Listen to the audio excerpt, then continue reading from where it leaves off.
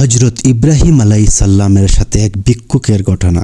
একবার হজরত ইব্রাহিম আলাইহিসসালাম বসে খাবার খাচ্ছিলেন। তখনই দরজার কাছে এক ভিক্ষুক এসে হাজির হয়ে গেল। ভিক্ষুকটি এসে সওয়াল করল, আমি সকাল থেকে কিছু খাইনি, আমাকে কিছু খাবার দেওয়া যাবে? একথা শুনে হজরত ইব্রাহিম আলাইহিসসালাম ভিক্ষুককে কিছু রুটি খাবার দিলেন এবং বললেন, বিসমিল্লাহ বলে খাওয়ার শুরু করো। তখন ভিক্ষুকটি বলল, আমি বিসমিল্লাহ বলবো কেন? আমি তো আল্লাহকে বিশ্বাস করি না।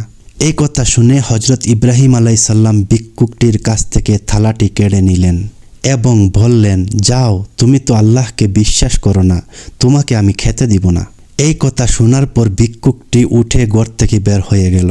ভিক্ষুকটি ঘরের দরজা থেকে বের হয়েছেই মাত্র আল্লাহ তাআলা তৎক্ষণাৎ ইব্রাহিম আলাইহিসসালামের উপর ওহী নাজিল করলেন, হে ইব্রাহিম, সে আমাকে বিশ্বাস করে না, সেটা তার আর আমার মধ্যেকার ব্যাপার। তুমি কেন তার কাছ থেকে রুটি ফিরিয়ে নিলে? তুমি যাও, এখনই তাকে ডেকে এনে খাবার খেতে দাও। তখন ইব্রাহিম আলাইহিসসালাম দৌড় দিয়ে ভিক্ষুকটিকে ডেকে এনে অতি আদবের সাথে খাবার খেতে দিলেন। সুবহানাল্লাহ! আল্লাহ কত যে দয়াশীল! যারা আল্লাহর উপর ঈমান এনেছে এবং আমল করে, তাদের প্রতি আল্লাহর দয়া কেমন হবে একটু ভেবে দেখুন।